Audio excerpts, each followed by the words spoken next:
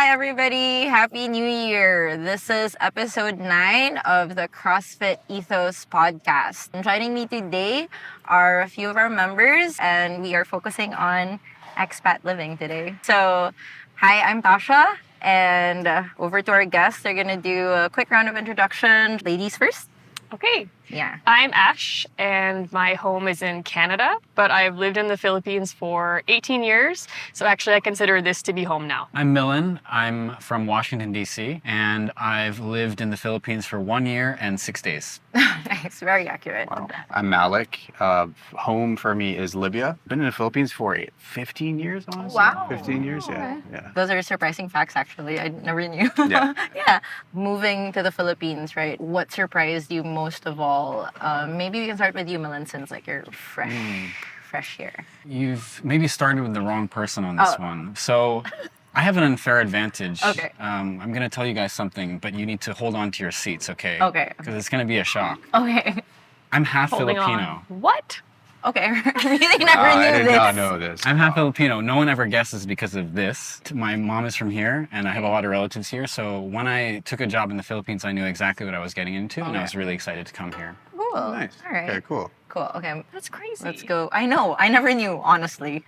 No one ever guesses. So surprise. So do you speak Tagalog? I speak a little, but I've been advised by my lawyer not to say anything to you right now because my accent is so bad that they will reject my application for dual citizenship. So That's fair. Wow. That's fair. Nice, Okay. nice. Okay. So we'll cut anything that has Filipino or Tagalog.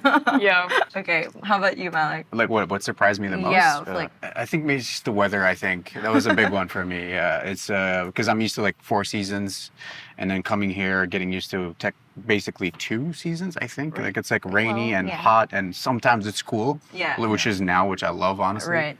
But other than that, honestly, it was an easy transition for me. Just okay. meeting new friends. Growing up here, pretty much, I studied high school throughout college. And yeah, it was just an easy transition, honestly. I mean, I consider home, Philippines is home right now. So Right. And did you have any friends or family who you knew were Yeah, here? I mean, actually yeah, moving? my family was here. Okay. And then they moved back years ago, and I just decided to stay. Nice. Yeah. Okay. And Coach Ash, 18 years. You're the senior, I guess, Yeah. among everybody. I moved here in a different time, although I guess it was kind of the same time as you, but I did move here totally alone. So I think my experience was possibly a little different. I didn't have this immediate love for the Philippines at first. It definitely took a while to kind of grow on me, and it took a while for me to really feel at home here. So I think Yeah. what surprised me the most, I would have to say, the isolation. It was a very isolating, lonely experience, especially at that time. There wasn't a lot of other foreigners in the Philippines, especially not foreign women. Right. So everywhere I went, people were staring, people were That's true. laughing. Yeah. So I've gotten a few of those. yeah, that definitely took a while to get used to. Now it's completely different. Right. So it's a lot easier now. Right. And definitely you would say better and Yes. in terms of... I mean, and now it helps because I can understand Tagalog, so I know if people are talking about me. Right. Right. And you speak, Yeah. you speak really, really well. I'm sure people are surprised I when don't know you... if I say really, really Okay. well, but I can get by. It's Yeah. probably better than yours. Probably. A little bit of dishing over Sorry, here. sorry. I haven't heard it, so I don't know for sure. we're going to but- keep it that way. Okay. Yeah, actually, you know what? Maybe that should be a challenge in the box nowadays. It's At the end of the see- segment, say something in Tagalog. I know, right? A phrase that you've been practicing in Filipino, right? No, don't worry. Don't worry, you're We'll fine. try. Maybe it'll be part of bloopers or edits. Ethos Games. Ethos games. Yeah. Ooh, yeah. Everybody will get an expat in their team.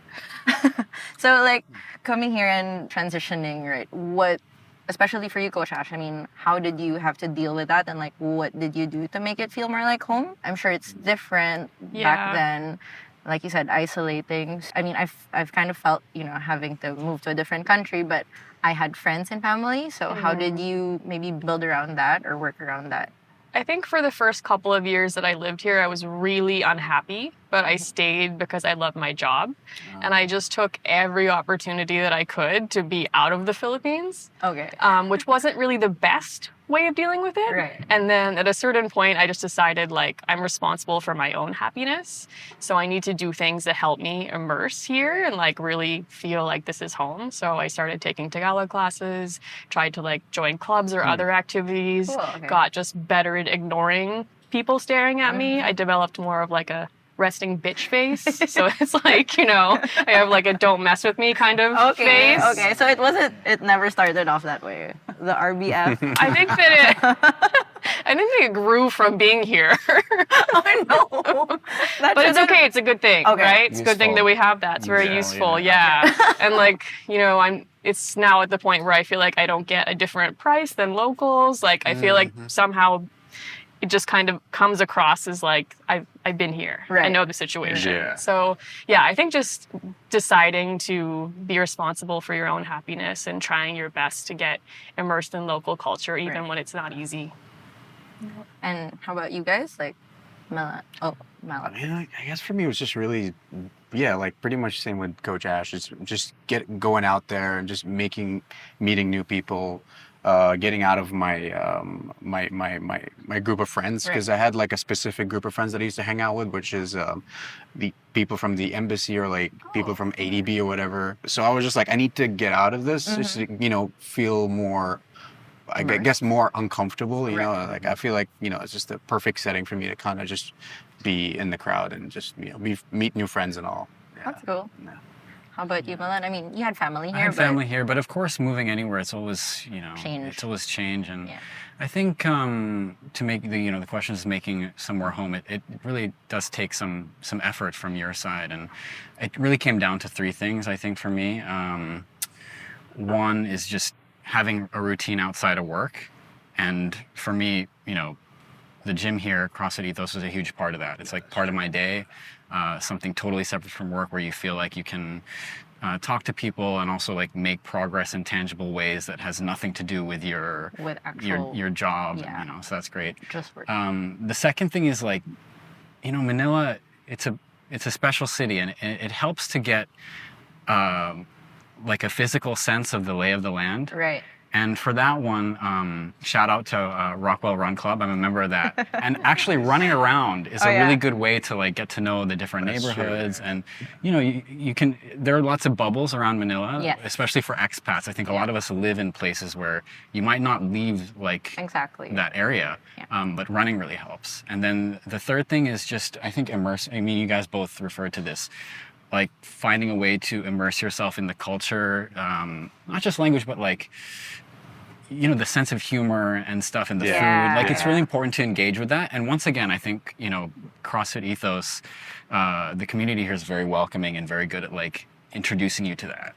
That's nice to hear that you guys feel, you know, very welcomed in Ethos. Building on from that, right, was fitness always part of the plan in terms of deciding or making it feel more homey? Pretty much, yeah. For me, like I was into sports since I was a little kid, and then it's something I've always liked to do. Yeah. I feel like I have ADHD. I don't know. Undiagnosed, but I self-diagnosed. Sports was a huge part of it. Like I started out playing football, soccer, not American football. And then martial arts also is a huge part of it. Wow. But also like transitioning to the Philippines, I realized, I was like, oh my God, no one plays soccer here. But then Actually, there are other things, you know, like martial arts, which is big here also. And then, well, also CrossFit was a big part of it, you know, meeting new people. I think for me, I was never any type of athlete before CrossFit. So I've always been like really bad at sports, really bad at anything that involved physical activity. I still am like horribly uncoordinated. Like anybody who's ever seen me do box jumps like knows that I miss sometimes. I'm really bad at all skipping things, like anything with coordination, not my jam. So CrossFit was the first thing that I actually tried where I felt like, oh, I am an athlete, like I can do this. And every single skill that I've had to learn, I've had to work really hard for. It doesn't come natural to me at all, but I really like that aspect of it, like that it forces the challenge. And I think when I started CrossFit in like 2013 or 2014. So that was kind of right around the time for me that the Philippines started to feel a lot more like home because I had that community and like I made a lot of friends at CrossFit and I just found a place where I felt like I belong. That's really nice. Yeah. Growing up, I also did martial arts. That was probably like my main thing. And then I started running as an adult. And the reason I started running was to try to do something for the child inside of me who was still so demoralized about always being last in the mile run at school. Like I was a terrible mile run athlete. at school? Yeah, we, I don't know. In the U.S., we do this like presidential fitness test, and like you'd have to like run a mile. Everyone does it, and they track your time. Oh, wow. And I was always like the last kid, and I was like, why can't I do this properly? And I was like, as an adult, let me try to run. Right. So I did that for many years, and then when I moved to the Philippines, the decision to get into CrossFit had nothing to do with the athletics of it. It was I live across the river in Rockwell, and to all the expats in Rockwell, I would say, why haven't you tried CrossFit Ethos? It's just like a 5-minute Across the walk. river. Just Nobody give it wants to swim. Seriously, Nobody wants that's to what I swim always across say. the I'm river. like, just go to CrossFit. You know? Just Those are give it a both shot nice. It's so because you might find you like it. Yeah. I found that some days I like it and sometimes I really don't like it, but it's worth the struggle, and it really, as you guys said, it's really a welcoming place. So it's not just about the working out, but what brought me here was the proximity, and then what kept me here was like the coaching and the community. Yeah, that's true. Thank you. All good things. That's really nice to hear, right? Yes.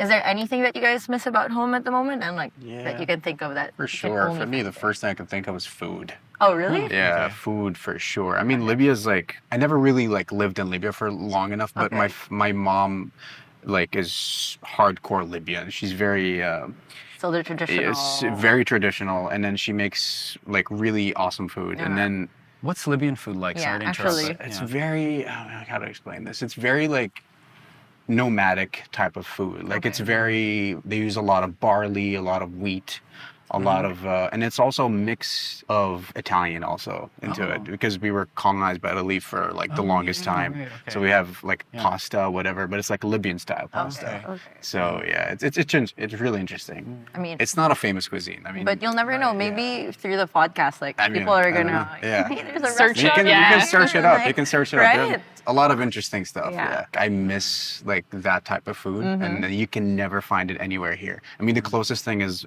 like Moroccan cuisine, but that's still kind Still of different. yeah, it's Okay. a little different. Yeah. Okay. Coach Ash, anything you miss from home? I miss like reasonably priced maple syrup.